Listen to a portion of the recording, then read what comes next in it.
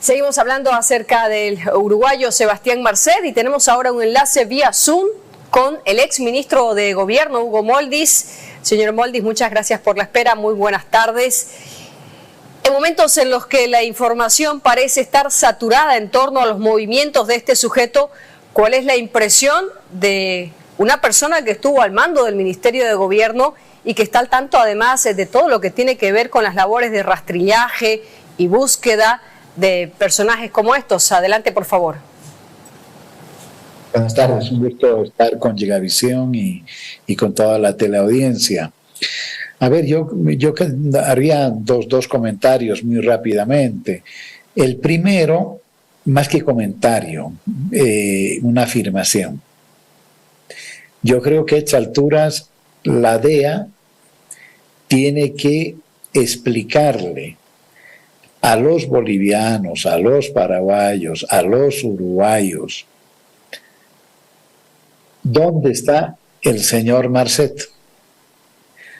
¿Por qué, a pesar de haber dicho que contaba con información de este personaje, pero que no le dijo a Bolivia por susceptibilidades, dudas o sospechas de algunas autoridades antidroga, por qué esa información no es puesta a manos de la policía antidroga paraguaya para que dé con este señor?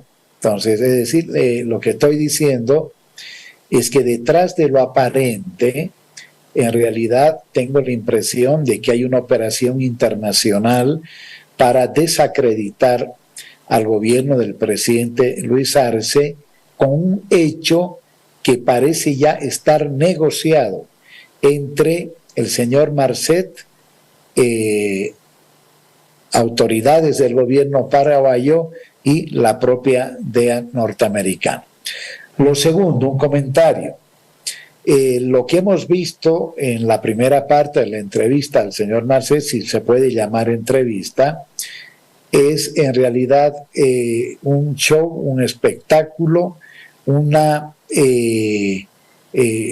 ensayo disfrazado de periodismo para distraer, uno, la atención y segundo, para lavarle la cara a un narcotraficante que de villano pretende convertirse en héroe.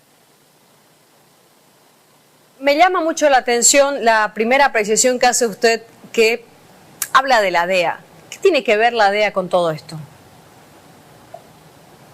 La DEA tiene información sobre el señor Marcet.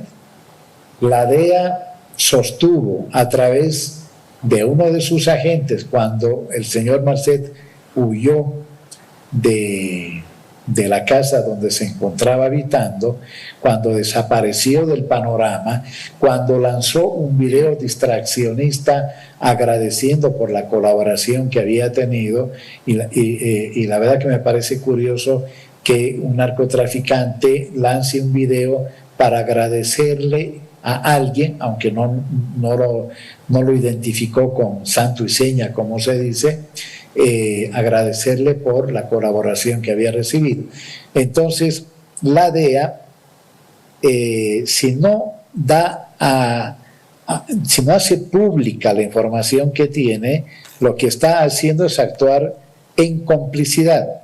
Ahora, me parece a mí muy extraño que un país como Paraguay, donde hay base militar norteamericana, donde hay presencia de la DEA, donde hay presencia de la estación CIA, donde hay diversos mecanismos de, entre comillas, de control en la triple frontera, es decir, Paraguay, Brasil y Argentina, en ese país se haya realizado un operativo para llevar a una periodista en 2 helicópteros, ¿sí?, uno tras el otro, por supuesto, y se haya producido una entrevista sin que esto llame la atención de las autoridades paraguayas antidrogas y de la propia DEA norteamericana. La política es lo que no se ve y la conspiración es lo que no se ve. y muchas veces la guerra antidrogas, lo ha dicho un ex agente de la DEA, Michael Levin, en su libro La Guerra Falsa, termina encubriendo objetivos políticos que se esconden detrás de aparentes hechos delincuenciales. Eso es lo que estoy queriendo decir. Marcet, la DEA y Paraguay estarían negociando ¿qué, exministro? ¿Qué es lo que estarían negociando supuestamente? Los términos de la entrega del señor Marcet. Y en esos términos de la entrega, parte de esas condiciones pudiera ser, ¿no? Y la historia latinoamericana nos muestra eso, parte de esa entrega, el lanzar ya no ni siquiera un manto de sospecha, de lanzar acusaciones sobre la presunta protección de un determinado país al narcotráfico. Si usted se fija, eso es lo que ha querido decir Marcet. Sí, libera de culpa a Uruguay, lo libera de culpa, cuando allí hay hechos contundentes en materia de procesos penales, los documentos, los testimonios, pero sobre todo los elementos periciales constituyen la prueba. Y bueno, en el Uruguay hay plena prueba sobre lo que se facilitó al señor Marcet el pasaporte para que, ¿no es cierto?, saliera del país árabe. Al mismo tiempo, hay pruebas sobre el uso de Marcet de puertos uruguayos, de puertos paraguayos para, sobre todo, la hidrovía, ¿no? Y sin que hasta ahora la justicia de ese país haya entregado públicamente esa información. Así que el hecho de querer dirigir los ojos hacia Bolivia es una forma bastante, diría, bastante burda, bastante engañosa de proteger en realidad a quienes son sus verdaderos, valga la declaración, protectores. Me asaltan muchas preguntas con la declaración que usted brinda, exministro. Sin embargo, voy a tratar de ser un poco más específica porque el tiempo en televisión es muy breve. Usted habla de una posible negociación entre Marcet, la DEA y Paraguay para una posible entrega. ¿Esta entrega sería en Paraguay, en Uruguay, en los Estados Unidos, Uruguay, Bolivia? Uruguay. Él teme seguramente ir a ser extraditado a Estados Unidos y a cambio de información, en algunos casos seguramente real y en otros casos fabricada e inducida, la entrevista forma parte de la negociación.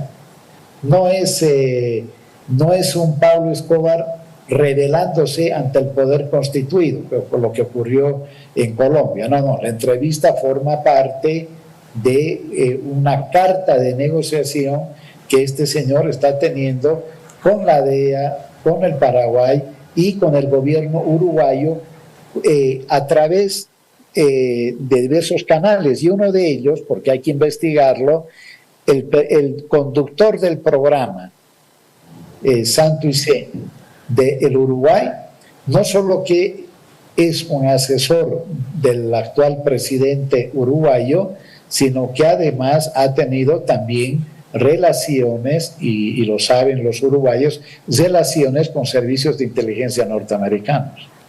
Tengo más preguntas, y ya en lo que tiene que ver con Bolivia. Marcet dijo en esta entrevista que a él le avisaron.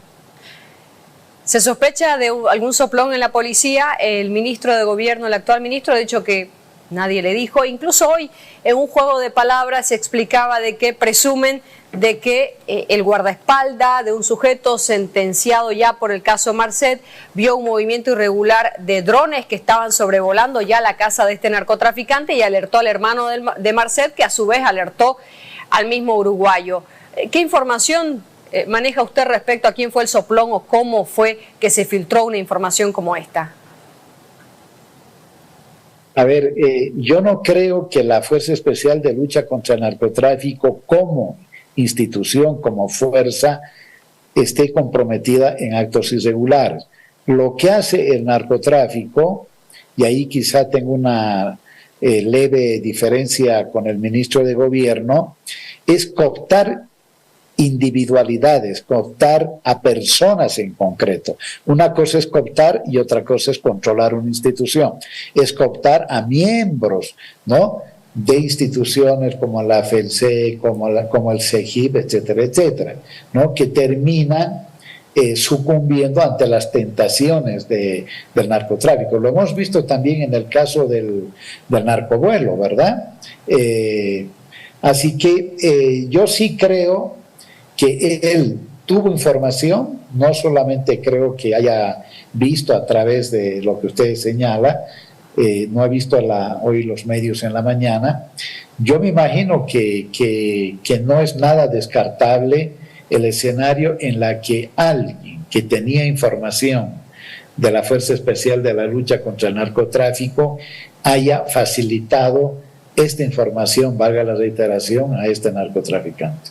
Para terminar, exministro, decía yo justamente de lo que usted hablaba hace unos minutos, con la entrevista del domingo pareciera que Sebastián Marcet quiere mostrar una imagen del Pablo Escobar de Colombia en su momento, ¿no? Por todo lo que se dijo, por todo lo que se mostró, por el material audiovisual que acompañó una entrevista, incluso con fragmentos de videos musicales que para algunos son mensajes que supuestamente habría pedido enviar el mismo narcotraficante a alguno de sus allegados.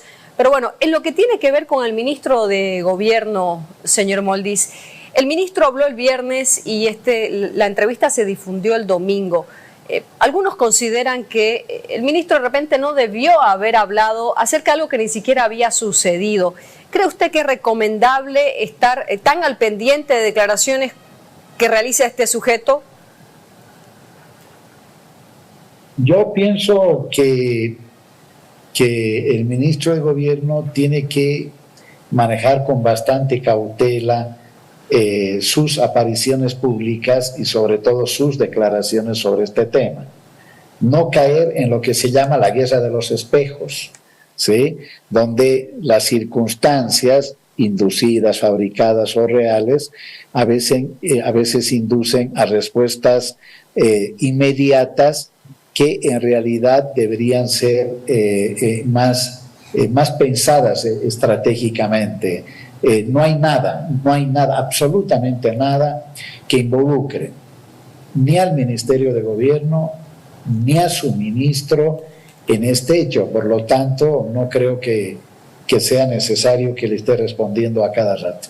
Muchísimas gracias, señor Hugo Moldis. Muchas gracias por estas puntualizaciones, siendo usted número uno de esta cartera de Estado y conocedor también de este tipo de operaciones. Muchas gracias por su tiempo. Hasta cualquier momento. Gracias.